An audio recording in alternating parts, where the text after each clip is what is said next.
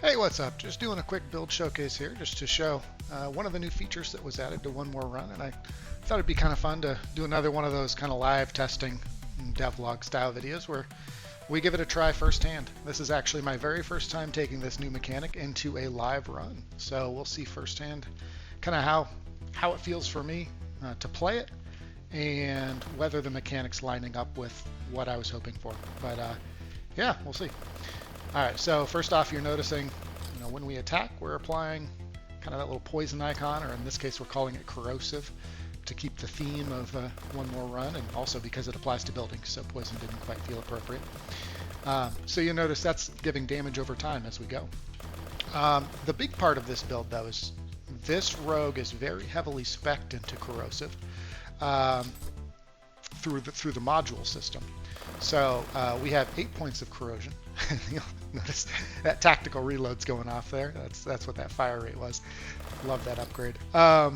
So what's happening here then is we're stacking a new modifier called corrosive that gives, in our case, 9 points of damage per tick each time. We've got a module. Each time we hit something.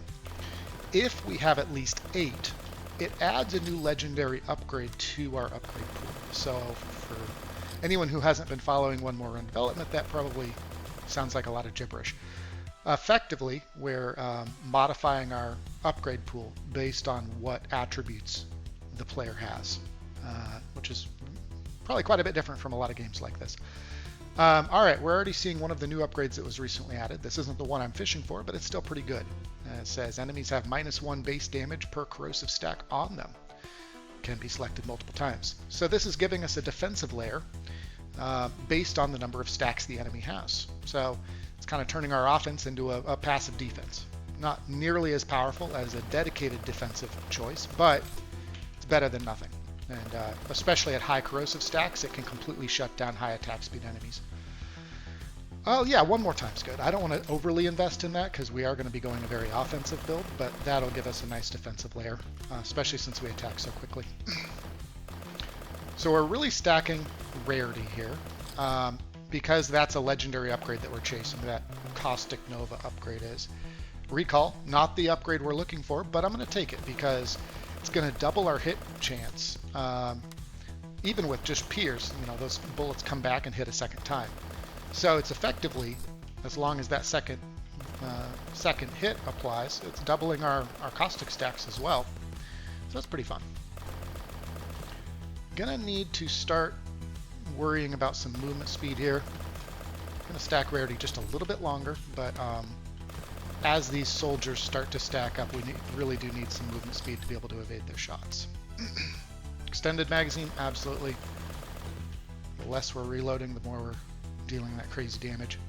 This is another one of the upgrades that was recently added, polarity shift tempo. Effectively, we're trading attack speed for buffs to health, armor, and base damage. I'm actually not going to take this because it's a counter synergy with stacking corrosion. Under any other circumstance, I would hands down take this.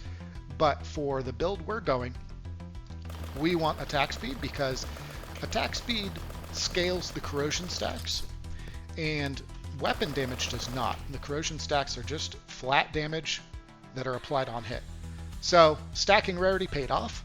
This is a difficult choice because forking bullets is amazing, but Caustic Nova is literally the name of this build that we're going for in this build showcase. So here it is. When an enemy dies with 50 or more corrosion stacks, they spread 25% of that corrosion value to other nearby enemies. Moment of truth. As a developer, this is nerve-wracking, at least it's not live. Hopefully it doesn't just immediately crash. I think it's running smoothly though. There we go. And there's that Caustic Nova going off. So let's see how it does against that pack of soldiers. There they are. Yes. So it's kind of giving that chain reaction feeling from other games.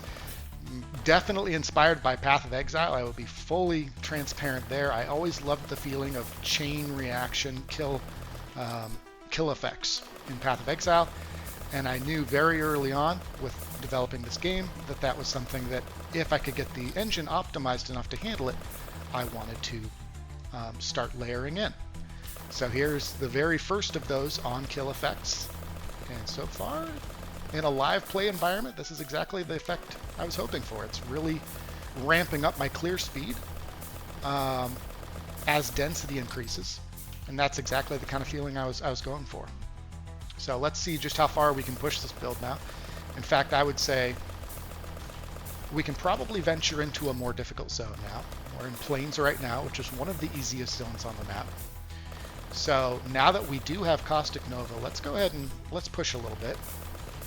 Not going to do it too aggressively. Actually, you know what? Before that, let's take out one of the mini bases. There's a mini base in plains that we can take out. Ooh, actually, I need some experience radius so that I'm not losing experience as I travel.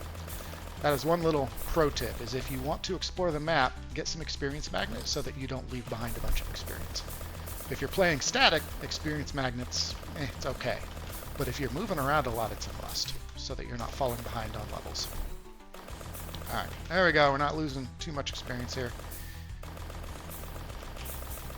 And yes, I realize those trees don't look great. Placeholders, definitely going to be overhauling them on the new map. Every time I look at them, I'm like, they're there, but they're not really doing anything meaningful in the visuals. All right, let's get down here and pay this little mini base a visit. With this much caustic, oh yeah, look at that. Oh, beautiful. Absolutely wrecking structures. Fantastic.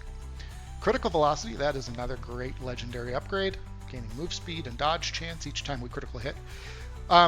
This does mean there's some value in us picking up a few points in critical chance just to get that critical hit rate a little higher, but even our base critical hit rate you can see is already pretty high, so this buff is going to be up quite a bit just because we have upgraded rogue modules on this build.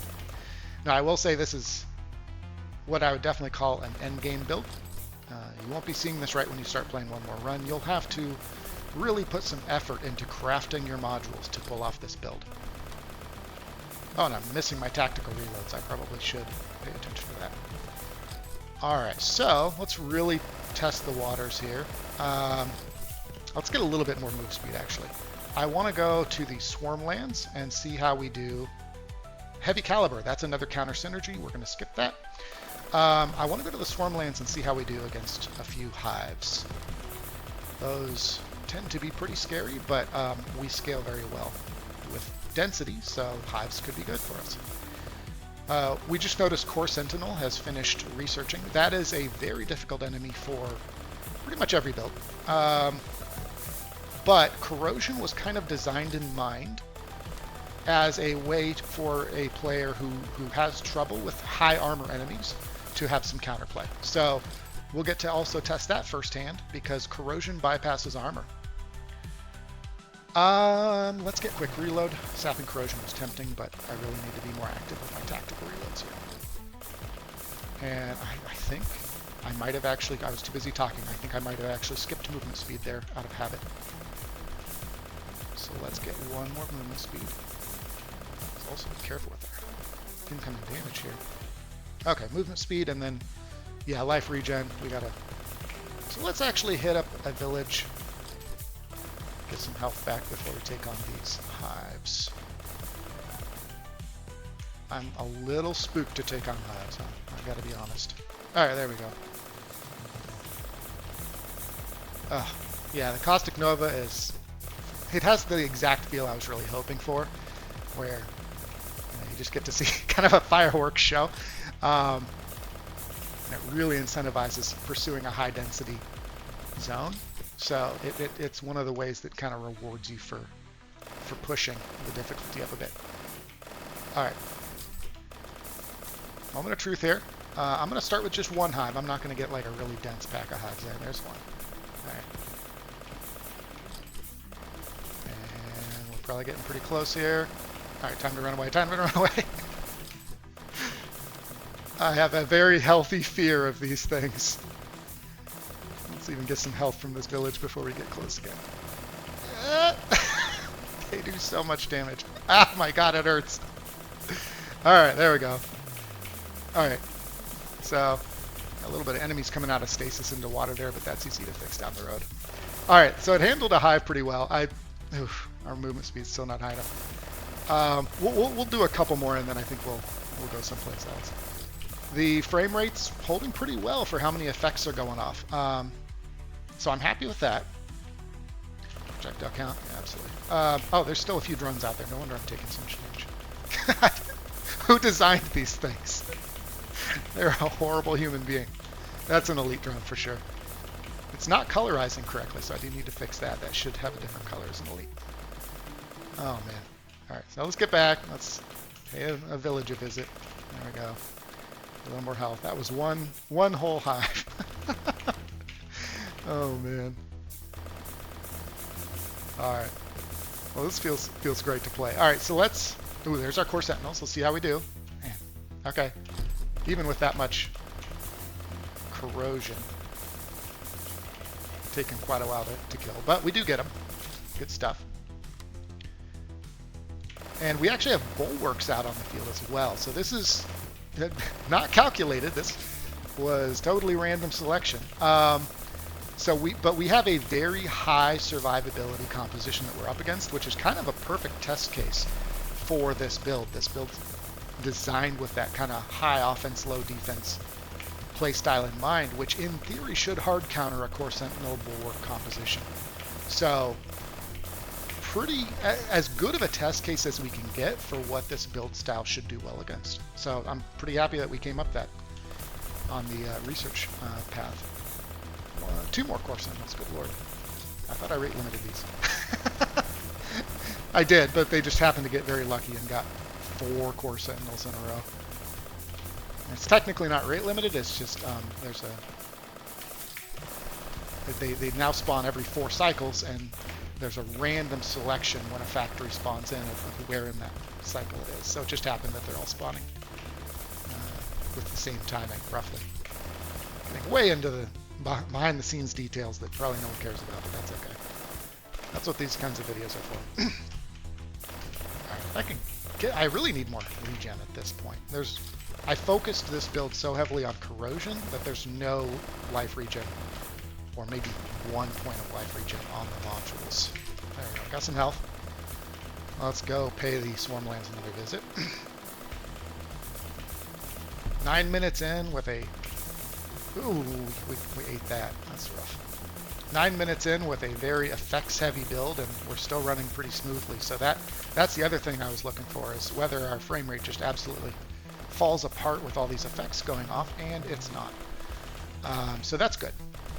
All right, let's get down here. We're gonna get away from those enemies. The nice thing about core sentinels is they're very slow. Bulwarks are also reasonably slow. Let's get over here. Just the bottom edge of Swarmlands. There we go. There they are. And run away. Ooh, hitch there. I'll need to double check that. I thought I had squashed all those. All right. Pretty well. Some stray bullets. The village should... Oh, we got credits there. I got to fix that, actually. That dropped credits instead of health. But with the new kind of design philosophy that you shouldn't... when you get the better drop, you shouldn't be penalized by getting the weaker drop. We should have credits and health there at the same time. Crit chance, just to make sure we're keeping our critical velocity up. Alright, so, yeah, we did a couple of hives. Let's actually finish that hive off just for good measure now that we know that it's... Oh, that's not the one. That's not the one. Oh, no, it died. The corrosion finished it off. Wow. Alright, so we're getting into... Oh, I just ate a hit from... Oh, my God, from an elite charger. Alright, so that actually was a bug there that killed me. That charger I don't think should have done so much damage, so I'll need to double check the multiplier on it. But nevertheless, that's why we test. So yeah, thanks for watching, guys. That was a lot of fun. The build did what I was hoping it would do, and yeah, the performance held up for the most part the way I was hoping it would, even though so many effects were going off. So yeah, let me know your thoughts on this kind of a build. We literally, if you look at our upgrade count, we took 1 damage upgrade by accident. Otherwise, we were scaling attack speed, bullet count, really just focusing on that tactical reload, which isn't showing up here. That's another bug I need to fix. But really just focusing on that tactical reload to scale our attack speed, which then in turn scales our corrosion stacking. So yeah, pretty cool, pretty fun stuff. Let me know what you guys think about this build and this skill ability design. Let me know if there's any improvements I should make. Have a good one.